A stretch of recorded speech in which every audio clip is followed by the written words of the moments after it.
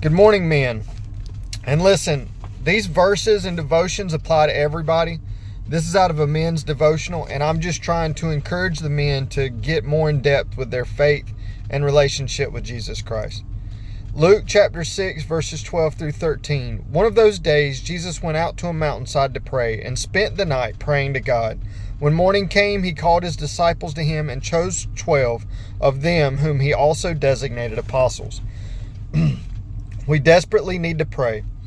As a teacher, I get a lot of questions. What can I do to improve my grade? How do I punctuate this sentence? What time do we dismiss for assembly? Can I go to the restroom? As a dad, I answer many questions as well. Do I have practice today? When are we going to eat? What was life like when you were a kid? Can you bring me some toilet paper?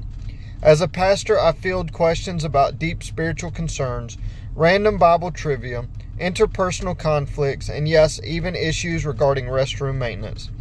My life sometimes feels like hosting a call-in radio show.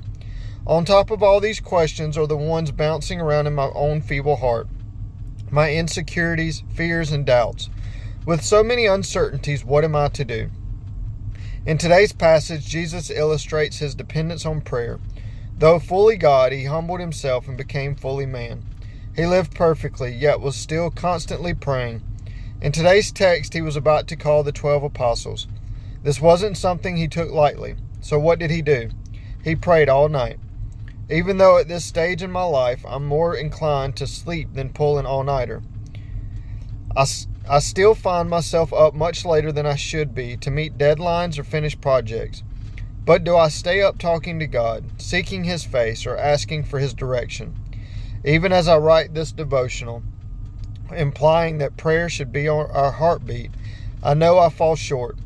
Men, remember that we are not better equipped to face this life than Jesus. I think most of us get that.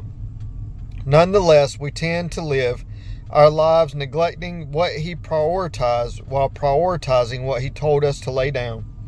Prayer shouldn't be an afterthought or a last resort. It should be the air we breathe.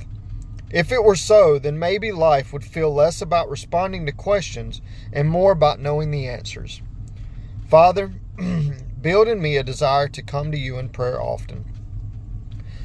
Why do you feel like prayer is often neglected, even by believers? What changes could you make in your life to start prioritizing prayer? Y'all post your answers to those questions in the comments. I'd like your feedback. All right, y'all have a great day.